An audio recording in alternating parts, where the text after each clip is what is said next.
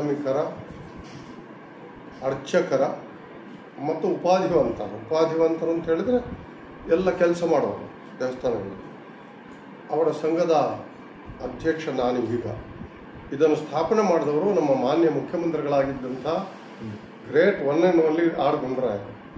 ಈಗ ಅದರ ಗೌರವಾಧ್ಯಕ್ಷರು ದಿನೇಶ್ ಗುಂಡರಾಯರು. ಅದು 40 ವರ್ಷದಿಂದ ಇದನ್ನು ನಡೆಸ್ಕೊಂಡು ಬರೋರು KSN ದೀಕ್ಷಿತ್, ಭಾಳ ಒಳ್ಳೆಯ ಜನರಲ್ ಸೆಕ್ರೆಟರಿ, ನಮ್ಮ ಕಾರ್ಯಕರ್ತರು.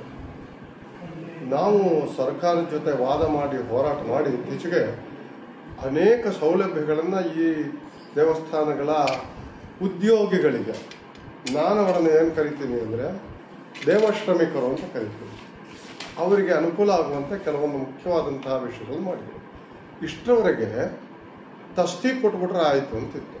ತಸ್ತಿ ಕೊಟ್ಬಿಡೋದು ಅವ್ರಿಗೆ ಅಂತ. ಆ ತಸ್ತಿಕನ್ನು ಕೂಡ ನಾವು ಹಠ ಹಿಡಿದು 1,000 ರೂಪಾಯಿ ಜಾಸ್ತಿ ಮಾಡಿಸಿದ್ವಿ. ಈ ಸಲ ನಾವು 5,000 ರೂಪಾಯಿ ಡಿಮಾಂಡ್ ಇಟ್ಟಿದ್ದೀವಿ, ಅದನ್ನು ನಾವು ಸಾಧಿಸ್ತೀವಿ 5,000 ರೂಪಾಯಿ.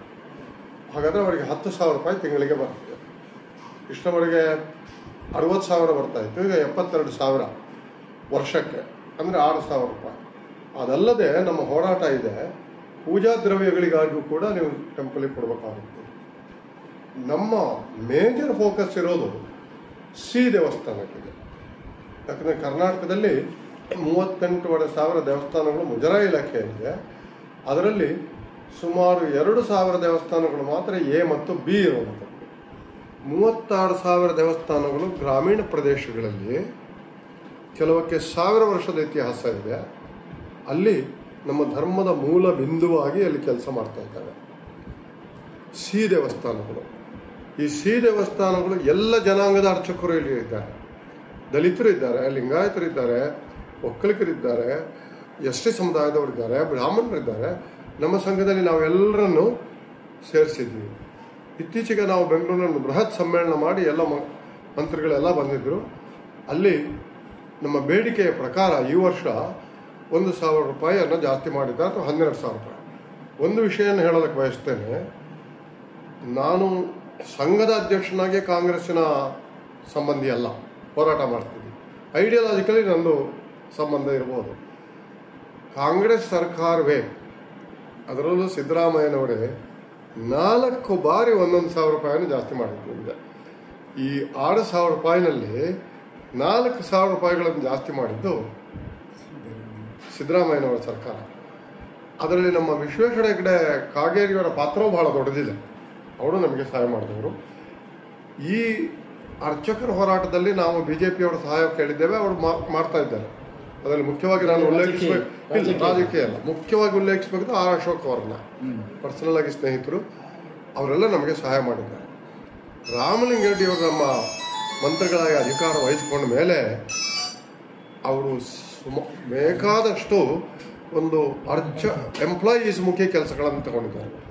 ನಂಬರ್ 1, ಇನ್ ಸರ್ವಿಸ್ ಡೆತ್ ಆದರೆ ಯಾವುದೋ ಎಂಪ್ಲಾಯಿಗೆ 2 ಲಕ್ಷ ರೂಪಾಯಿಗಳ ಇನ್ಶೂರೆನ್ಸ್ ಅವ್ರು ಹಾಕ್ಕೊಳ್ಬೇಕು. ಅವರು ಅಧಿಕೃತವಾದಂಥ ಎಂಪ್ಲಾಯೀಸ್ ಆಗಿರ್ಬೇಕು. ಆಮೇಲೆ ಅವರ ಮಕ್ಕಳಿಗೆ ವಿದ್ಯಾಭ್ಯಾಸಕ್ಕೆ 15,000 ರೂಪಾಯಿಂದ 1 ಲಕ್ಷದವರೆಗೆ ವರ್ಷಕ್ಕೆ ಸ್ಕಾಲರ್ಶಿಪ್. 1 ಲಕ್ಷ ಪರದೇಶಿ ವಿದ್ಯಾಭ್ಯಾಸ ಮಾಡಿದರೆ, SSLCಯಿಂದ ಇಂಜಿನಿಯರಿಂಗು ಮೆಡಿಕಲ್ ಆದರೆ 50-75,000 ರೂಪಾಯಿ ಪ್ರತಿ ವರ್ಷಕ್ಕೆ. ಇದನ್ನು ಕೊಡೋದಕ್ಕೆ ಅವರು ಆಜ್ಞೆ ಮಾಡಿದ್ದಾರೆ. ನಮ್ಮ ಅರ್ಚಕರೆಲ್ಲ ಅದನ್ನು ಸದುಪಯೋಗಪಡಿಸ್ಬೇಕು. ಮುಜರಾಯಿ ಇಲಾಖೆಯ ವೆಬ್ ಪೇಜಲ್ಲಿ ಎಲ್ಲವನ್ನೂ ಸಿಗುತ್ತೆ. 2ನೇದು, ಇನ್ ಸರ್ವಿಸ್ ಡೆತ್ತದು ಹೇಳಿದೆ 2,000, ಸ್ಕಾಲರ್ಶಿಪ್ದು ಹೇಳಿದೆ. ಅರ್ಚಕರು ಮತ್ತು ಅವರ ಕುಟುಂಬ, ಮೊದಲು ಅರ್ಚಕರು ಅಂದರೆ ನಾವು ಕೇಳಿದ್ವಿ ಕುಟುಂಬವೂ ಹೋಗಬೇಕು ಅಂತ. ಕಾಶಿ ನಮಗೆ ಪವಿತ್ರವಾದ್ದು ಕಾಶಿ ಮತ್ತು ರಾಮೇಶ್ವರ. ಕಾಶಿ ರಾಮೇಶ್ವರ, ಆಗ ರಾಮಲಿಂಗೇಗೌಡರು ತಾವೇ ಖುದ್ದಾಗಿ ಕಾಶ್ಮೀರದ ಸಂತೋಷಿಮಾಗಿ ಹೋಗಿ ಅಂತೇಳಿ ಈ 3 ದೇವಸ್ಥಾನಗಳಿಗೆ ಯಾತ್ರೆಗೆ ಅವರು ಅರ್ಜಿ ಕರೆದಾಗ ಇವರು ಹಾಕ್ಕೊಂಡು ಫ್ರೀಯಾಗಿ ಹೋಗ್ಬೋದು. ಅಲ್ಲಿರುವಂಥ ಛತ್ರಗಳಲ್ಲಿ ಅವರಿಗೆ ವ್ಯವಸ್ಥೆಯು ಇರ್ತವೆ, ವಸತಿ ವ್ಯವಸ್ಥೆ ಇರ್ತದೆ. ಇನ್ನು ಹೆಲ್ತ್ ಕಾರ್ಡ್, ಆರೋಗ್ಯದ ಕಾರ್ಡ್, ಇದನ್ನು ಕೊಡೋದಕ್ಕೆ ಉದ್ದೇಶ ಆಗಿದೆ. ಆಮೇಲೆ ಈ ಎಲ್ಲ ದೇವಸ್ಥಾನಗಳ DBT ಮಾಡಿ ಈ ತಸ್ತಿಕನ್ನು ನೇರವಾಗಿ ಯಾವುದೇ ಮಧ್ಯವರ್ತಿ ಇಲ್ಲದೆ ಅವರ ಪರ್ಸನಲ್ ಅಕೌಂಟ್ಸ್ಗೆ ಹಾಕುವಂಥ ಒಂದು ಕಾರ್ಯಕ್ರಮವನ್ನು ತಗೊಂಡಿದೆ. ಆದರೆ ನಮ್ಮ ಬೇಡಿಕೆ ಇನ್ನೂ ಜಾಸ್ತಿ ಇದೆ. ನಮಗಿನ್ನೂ ಎಲ್ಲ ದೇವಸ್ಥಾನಗಳು, ಸ್ಪೆಷಲಿ ಶ್ರೀ ದೇವಸ್ಥಾನಗಳಿಗೆ ಒಂದು ಹೂವಿಗೆ ಎಷ್ಟು ಜಾಸ್ತಿ ಇದೆ ಬೆಲೆ ಇದೆ. ಶ್ರೀ ದೇವಸ್ಥಾನಗಳಿಗೆ 5,000 ರೂಪಾಯಿಗಳು ತಿಂಗಳಿಗೆ ಪೂಜಾ ದ್ರವ್ಯ ಅಂತ ಕೊಡಬೇಕು ಅಂತ ಒಪ್ಪಿಸ್ತೀವಿ ಅಂತ ನಮಗೆ ಧೈರ್ಯ ಇದೆ. ಆಮೇಲೆ ಎಲ್ಲೆಲ್ಲಿ ಸ್ಥಳಗಳಿವೆ ಅಲ್ಲಿ ಅರ್ಚಕರಿಗೆ ನಾನು ಜಮೀರ್ ಅವರ ಹೌಸಿಂಗ್ ಬೋರ್ಡ್ ಮಿನಿಸ್ಟರ್ ಹತ್ರ ಮಾತುಕತೆ ನಡೆಸ್ತಾ ಇದ್ವಿ. ಅಲ್ಲಿ ಅರ್ಚಕರಿಗೆ ಅಥವಾ ಎಂಪ್ಲಾಯೀಸಿಗೆ, ಅರ್ಚಕರಂದ್ರೆ ನೀವು ಎಂಪ್ಲಾಯಿ ಎಲ್ಲರೂ ಅರ್ಚನೆ ಮಾಡೋರು, ಎಂಪ್ಲಾಯೀಸ್ಗೆ ಮನೆ ಕಟ್ಟೋದಕ್ಕೆ 5 ಲಕ್ಷ ರೂಪಾಯಿ, ಅದು ಮನೆಯೆಲ್ಲ ದೇವಸ್ಥಾನದ ಹೆಸರಿನಲ್ಲೇ ಇರ್ತದೆ. ಒಂದು ಮನೆಗೆ 5 ಲಕ್ಷ ರೂಪಾಯಿ, ಈ ರೀತಿ ಒಂದು ಪ್ಲ್ಯಾನ್ ಮಾಡ್ತಾ ಇದ್ವಿ. ಮುಖ್ಯವಾಗಿ ಇನ್ನೊಂದು ದೊಡ್ಡ ಸಮಸ್ಯೆ ಇದೆ.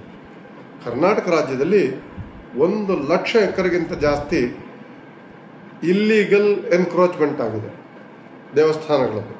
ಇದನ್ನೆಲ್ಲ ನಾವು ತಗೊಂಡ್ರೆ ಈ ದೇವಸ್ಥಾನಗಳು ಹಾಸ್ಪಿಟಲ್ಗಳು ಕಟ್ಟಿಸ್ಬೋದು, ಶಾಲೆಗಳನ್ನು ನಡೆಸ್ಬೋದು, ಬೇಕಾದಷ್ಟು ಒಳ್ಳೆ ಕೆಲಸ ಮಾಡ್ಬೋದು, ಅರ್ಚಕರು ನೆಮ್ಮದಿಯಾಗಿ ಬದುಕೋ ಹಾಗೆ ಮಾಡ್ಬೋದು. ಅದಕ್ಕಾಗಿ ಹೋರಾಟವನ್ನು ನಡೆಸ್ತಾ ಇದ್ವಿ. ನಮ್ಮ ರಾಮಲಿಂಗಾರೆಡ್ಡಿಯವರು ಈ ದಿಶೆಯಲ್ಲಿ ಕಾರ್ಯಕ್ರಮವನ್ನು ತಗೊಂಡಿದ್ದಾರೆ. ನಾವು ಸಂಘದವರು ಇಷ್ಟರಲ್ಲೇ PIL ಹಾಕಿ ಒಬ್ಬ ಗವರ್ನರ್ ಮೀಟ್ ಮಾಡಿದ್ವಿ ಇತ್ತೀಚೆಗೆ. ನಾವು ಕಾಲಮಿತಿ ಒಳಗಡೆ ಸರ್ವೆ ಆಗಿದೆ, ಸರ್ವೆ ಆಗಿ ನಮ್ಮ ಹತ್ರ ಇದೆ. ತಮಿಳುನಾಡು ಸರ್ಕಾರ ಇತ್ತೀಚೆಗೆ ಎಲ್ಲ ದೇವಸ್ಥಾನಗಳನ್ನು ಮ್ಯಾಪಿಂಗ್ ಮಾಡಿ ಆಸ್ತಿಗಳನ್ನು ಒಂದು ಇನ್ವೆಂಟ್ರಿ ಮಾಡ್ಕೊಳ್ತು. ಅದೇ ರೀತಿ ಒಬ್ಬ ನ್ಯಾಯಾಧೀಶರ ಅಧ್ಯಕ್ಷತೆಯಲ್ಲಿ ಒಬ್ಬ ಹಿರಿಯ ಅಧಿಕಾರಿಗಳನ್ನು ಸೇರಿಸಿ ಕಾಲಮಿತಿಯಲ್ಲಿ ಈ ಭೂಮಿಯನ್ನು ನಾವು ವಾಪಸ್ ತಗೊಳ್ಬೇಕು. ಅದು ಇಲ್ಲಿಗಲ್ ಎನ್ಕ್ರೋಚ್ಮೆಂಟ್, ಟೈಟ್ಲ್ಗಳೆಲ್ಲ ದೇವಸ್ಥಾನಗಳ ಹೆಸರಿನಲ್ಲಿದೆ, ದೇವರ ಹೆಸರಿನಲ್ಲಿದೆ. ತಮಗೆ ಗೊತ್ತಿದೆ, ದೇವರು for the sake of law is an individual in temple. ಸುದ್ದಿ ಚಾನಲ್, ಕ್ಷಣ ಕ್ಷಣದ ಸುದ್ದಿಗಾಗಿ. ನಾಗರಿಕರೇ, ನಿಮ್ಮ ಮನೆಯಲ್ಲಿ ಉತ್ಪತ್ತಿಯಾಗುವ ತ್ಯಾಜ್ಯವನ್ನ ನಗರಸಭೆಯಿಂದ ನಿಯೋಜಿಸಿದ ವಾಹನಗಳಿಗೆ ಹಸಿ, ಒಣ ಮತ್ತು ಅಪಾಯಕಾರಿ ಕಸವಾಗಿ ವಿಂಗಡಿಸಿ ಪ್ಲಾಸ್ಟಿಕ್ ಚೀಲದಲ್ಲಿ ಹಾಕದೆ ಕಸದ ಬುಟ್ಟಿಯ ಮುಖಾಂತರವೇ ಪ್ರತ್ಯೇಕವಾಗಿ ನೀಡಿ ಸಹಕರಿಸುವುದು. ನಗರದ ಎಲ್ಲ ಉದ್ದಿಮೆದಾರರು ತಮ್ಮ ಉದ್ದಿಮೆ ಸ್ಥಳದ ಮುಂಭಾಗದಲ್ಲಿ ಹಸಿರು ಬಣ್ಣದ ಬಿನ್ ಹಾಗೂ ನೀಲಿ ಬಣ್ಣದ ಬಿನ್ಗಳನ್ನ ಕಡ್ಡಾಯವಾಗಿ ಮತ್ತು ತಮ್ಮ ಉದ್ದಿಮೆಯಲ್ಲೇ ನಿಷೇಧಿತ ಪ್ಲಾಸ್ಟಿಕ್ ವಸ್ತುಗಳನ್ನ ಬಳಕೆ ಮತ್ತು ಮಾರಾಟ ಮಾಡುವುದಿಲ್ಲ ಎಂಬ ನಾಮಫಲಕವನ್ನ ಅಳವಡಿಸಿ ಪುತ್ತೂರು ನಗರವನ್ನ ಸ್ವಚ್ಛ ಮತ್ತು ಸುಂದರ ನಗರವನ್ನಾಗಿಸಲು ಎಲ್ಲರೂ ಪ್ರಯತ್ನಿಸೋಣ.